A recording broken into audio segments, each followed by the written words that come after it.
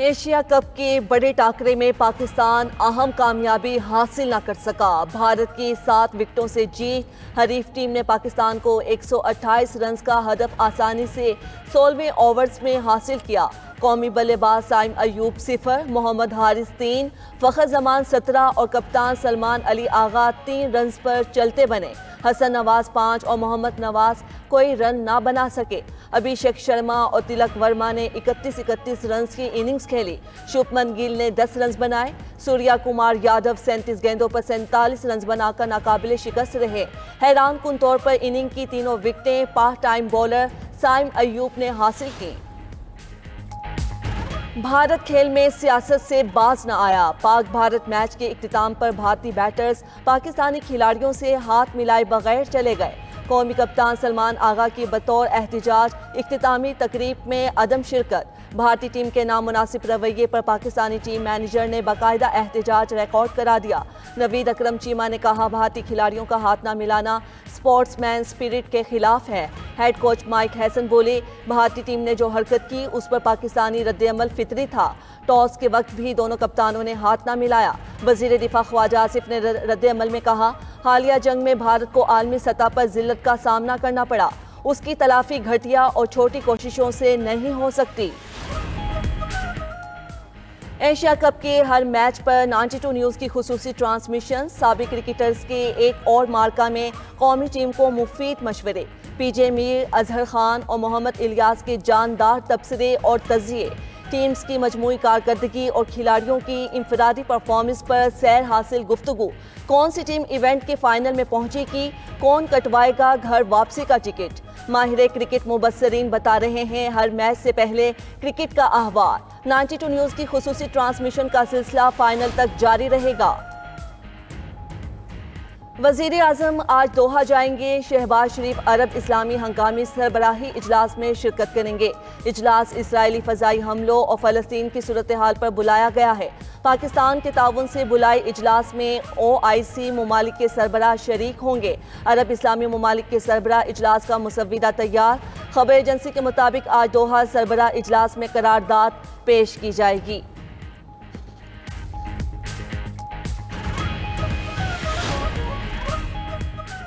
پاکستان کا عرب اسلامی task force بنانے کا مطالبہ۔ وزیر خارجہ اسحاق ڈار نے دوحہ میں وزرائے خارجہ اجلاس سے خطاب میں کہا، ٹاسک فورس اسرائیلی عزائم کی نگرانی کرے۔ اسرائیل کی اقوام متحدہ کی رکنیت معطل کرائی جائے۔ اسرائیل کا احتساب عالمی نظام کی ساخت کا امتحان ہے۔ سلامتی کونسل غزہ میں ٹاسک فورس لگائے۔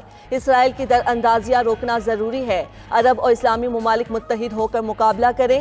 دوحہ میں عرب اسلامی ممالک کے اجلاس میں پہلے مرحلے میں وزرائے خارجہ کا بند کمرہ اجلاس ہوا۔ نائب وزیر اعظم اسحاق ڈار کی شرکت۔ نائب وزیر اعظم اسحاق ڈار کی مشیر خارجہ بنگلہ دیش سے ملاقات۔ دوحہ میں اسحاق ڈار کی ایرانی، ازبک اور ملائیشین وزرائے خارجہ سے بھی ملاقات ہوئی۔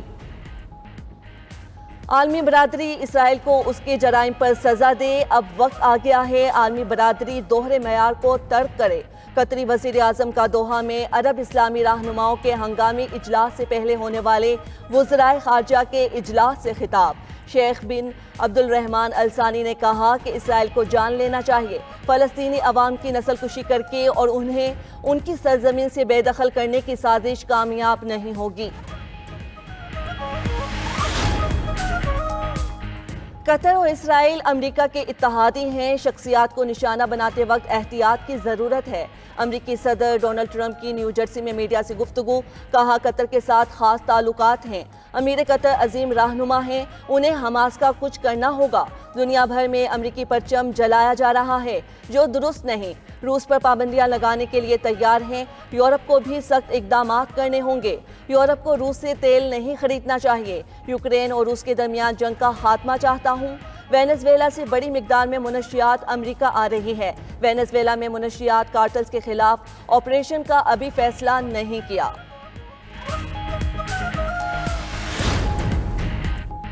سیلاب متاثرین کے اگست کے بجلی بل معاف۔ وزیر اعظم شہباز شریف نے سیلاب متاثرہ افراد کے لیے ریلیف کا اعلان کر دیا۔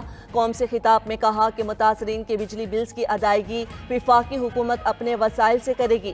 جو متاثرین بجلی بلز ادا کر چکے ہیں انہیں اگلے ماہ واپس کر دیے جائیں گے۔ متاثرہ علاقوں میں کمرشل اور صنعتی صارفین کے نقصانات کا تخمینہ لگایا جا رہا ہے۔ بارشوں اور سیلابی صورتحال کے باعث بہت تباہی ہوئی۔ متاثرہ افراد کی اپنے گھروں میں واپسی تک چین سے نہیں بیٹھیں گے۔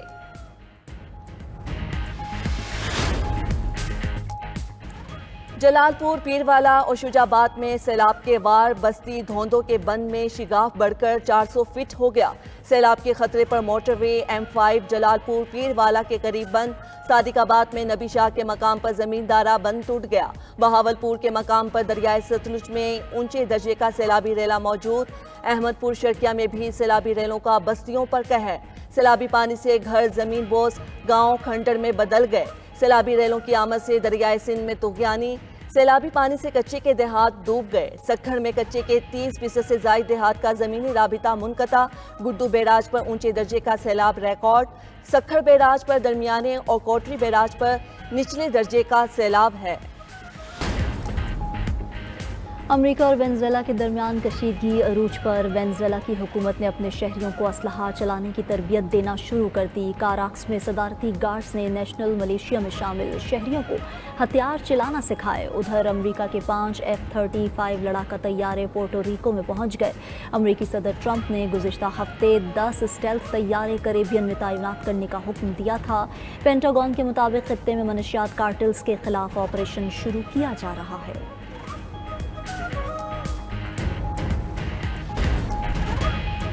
یوکرین کا لینن گراڈ میں روس کی آئل ریفائنری پر حملہ۔ آئل ریفائنری میں آگ بھڑک اٹھی۔ روسی حکام کے مطابق یوکرین نے 361 ڈرون داغے، زیادہ تر فضا میں تباہ کر دیے۔ قطر اور اسرائیل امریکہ کے اتحادی ہیں۔ شخصیات کو نشانہ بناتے وقت احتیاط کی ضرورت ہے۔ امریکی صدر ڈونلڈ ٹرمپ کی نیو جرسی میں میڈیا سے گفتگو۔ کہا کہ قطر کے ساتھ خاص تعلقات ہیں۔ امیر قطر عظیم رہنما ہیں، انہیں حماس کا کچھ کرنا ہوگا۔ دنیا بھر میں امریکی پرچم جلایا جا رہا ہے جو درست نہیں۔ روس پر پابندیاں لگانے کے لیے تیار ہیں۔ یورپ کو بھی سخت اقدامات کرنے ہوں گے۔ یورپ کو روس سے تیل نہیں خریدنا چاہیے۔ کیا یورپ اپنی باقی معیشت قربان کرنے کو تیار ہے؟ یورپی ممالک امریکہ کے اتحادی لیکن روس سے تیل خرید رہے ہیں۔ اس ہفتے جنگ میں یوکرین اور روس کے 8000 فوجی ہلاک ہوئے۔ یوکرین اور روس کے درمیان جنگ کا خاتمہ چاہتا ہوں۔ وینزویلا سے بڑی مقدار میں منشیات امریکہ آ رہی ہے۔ وینزویلا میں منشیات کارٹلز کے خلاف آپریشن کا ابھی فیصلہ نہیں کیا۔ ٹک ٹاک پر مذاکرات کر رہے ہیں۔ فیصلہ چین پر منحصر ہے۔ چارلی کرک کے قتل پر جشن منانے والے بیمان ذہنیت کے پاگل لوگ ہیں۔ اور امریکی وزیر خارجہ کی تل ابیب میں اسرائیلی وزیر اعظم سے ملاقات۔ مارکو روبیو اور نیتن یاہو کے درمیان دوحہ حملے کے اثرات پر گفتگو۔ دونوں کے درمیان غزہ جنگ پر بھی تبادلہ خیال ہوا۔ اسرائیلی وزیر اعظم نے کہا کہ امریکہ اور اسرائیل کے تعلقات پہلے سے زیادہ مضبوط ہیں۔ امریکی وزیر خارجہ مارکو روبیو بولے، ٹرمپ اہم اتحادی پر اسرائیلی حملے سے ناخوش ہیں۔ امریکہ اور اسرائیل کے تعلقات متاثر نہیں ہوں گے۔ دوسری جانب غزہ پر اسرائیلی جارحیت نہ تھمی۔ مزید 53 فلسطینی شہید۔ اسرائیلی فوج کی شیلنگ اور فائرنگ سے 40 فلسطینی شہید، متعدد زخمی ہو گئے۔